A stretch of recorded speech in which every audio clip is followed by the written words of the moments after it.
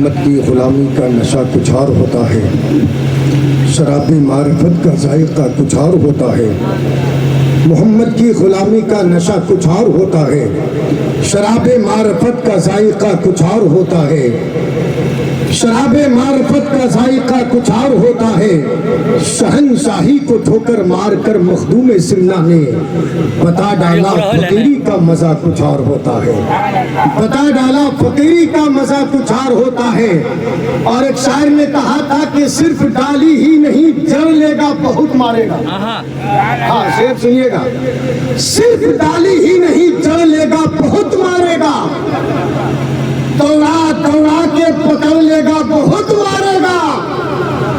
سرکار مخدوم سمنا کی شان میں کبھی گستاخی نہ کرنا، ورنہ جنات پکڑ لے گا بہت مارے گا، ورنہ جنات پکڑ لے گا بہت مارے گا۔ ماں باپ کے عظمت و برکت کے حوالے سے بہت عمدہ شاعری آپ نے قاری ضیاء پلامنی کی زبانی سماعت کیا ہے۔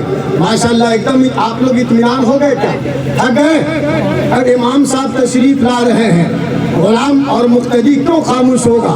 تھوڑی سی پیاری لائیے اور مسکراہٹ کے ساتھ محبت کی آواز کو بلند کر کے کہہ دیں سبحان اللہ، اور زور سے بولیں سبحان اللہ۔ رات ایک اچھا شعر میرے ذہن کے حاشیے پر ہے، اجازت ہو تو پڑھ دوں؟ پڑھ دوں؟ ایک بار اور پیشگی میں کہہ دیں یا رسول اللہ۔ ماشاءاللہ ماشاءاللہ، میں پڑھتا ہوں، سنیں حاجی صاحب قبلہ خدرہ کرا رہے ہیں، یہ ضرورت بھی ہے۔ ماشاءاللہ سب کو دعاؤں سے نوازا ہے آپ نے امام صاحب، ماشاءاللہ کیا کہنا، مسکراتا چہرہ لے کر بیٹھے ہیں۔ ایک اچھا شعر، وطن میں آ کر جدائی کا خیال آیا تو کیا ہوگا۔ کبھی کبھی ہم اچھے شعر کو سادگی اور سنجیدگی کے ساتھ پڑھ کے نکل جاتے ہیں۔ وطن میں آ کر جدائی کا خیال آیا تو کیا ہوگا، تصور میں مدینے کا جمال آیا تو کیا ہوگا، تصور میں مدینے کا جمال آیا تو کیا ہوگا، اور مدینے میں پہنچ کر یاد جنت کی نہیں آئی، اگر جنت میں طیبہ کا خیال آیا تو کیا ہوگا۔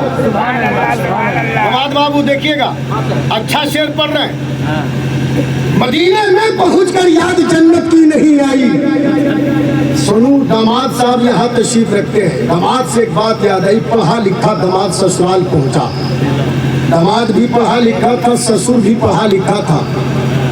جب سسرال پہنچا بڑی ادب کے ساتھ سلام کیا، جب بیٹھا کرسی پہ تو سسر مہاراج داماد کے بارگاہ میں آئے، اور آنے کے بعد کہا میرے پیارے انوکھے نرالے سب سے اچھے سب سے برتر بالا داماد محترم، آپ پلاؤ کے ساتھ یا چاول کے ساتھ کون سی سبزی مقدس پسند فرمائیں گے؟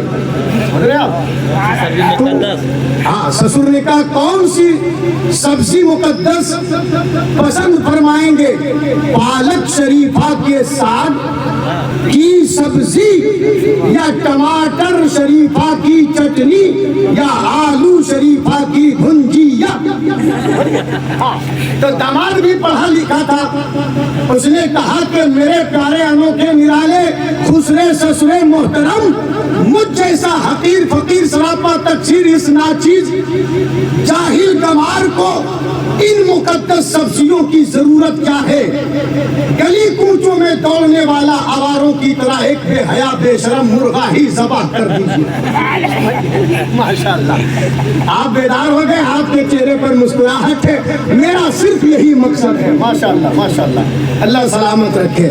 لیکن ایک شکایت ہے کہ جذبات کا سولہ تھا احساس پہ، جذبات کا سولہ تھا احساس پہ آ گئے، پہلے 100 دیتے تھے 50 پہ آ گئے۔